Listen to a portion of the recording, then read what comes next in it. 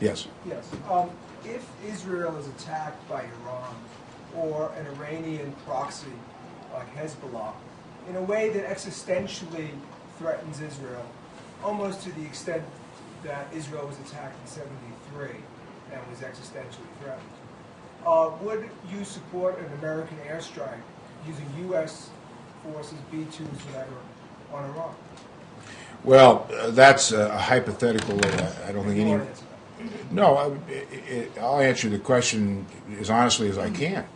That's a hypothetical question that somehow frames up the simplicity of the hypothetical question. The complications in the Middle East, and I'm certainly not an expert there. I have a chapter on the Middle East. I do know. I know a little something about the Middle East. I spent a lot of time there, and spent a lot of time in Israel with the prime ministers and others.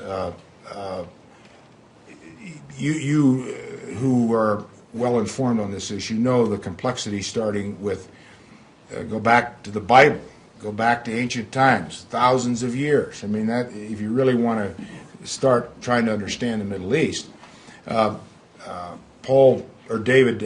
Miller, who you may know, has a new book out on this, The Not So Promised Land.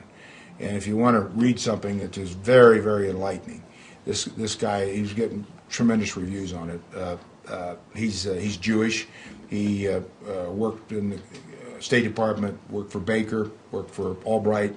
I think he's worked for 4 secretaries of state, different Democrats, Republicans. But it's a great, great book. But your question, I mean, the complication of what's going on there, Hamas is already attacking Israel. Iran supports Hamas. Iran supports Hezbollah.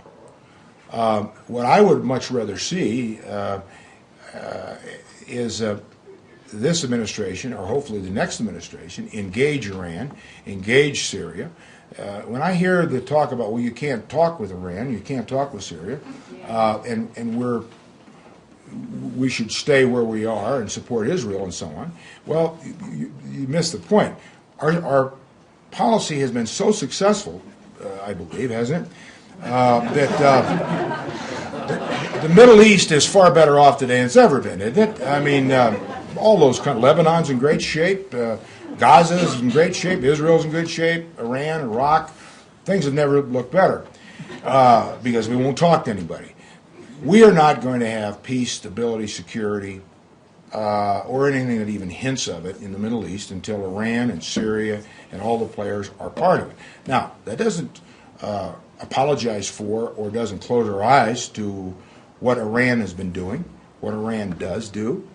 But unless they are engaged in some way, then I don't see this getting any better. And then where this could go, where this could eventually go, somebody was asking me the other day about a nuclear exchange in the world. Where did that come from? I said, well, I'll give you a scenario that's very real. If Israel gets backed up enough into a corner, and Israel uses a tactical theater nuclear weapon, you want to talk about seeing some things unravel in the world.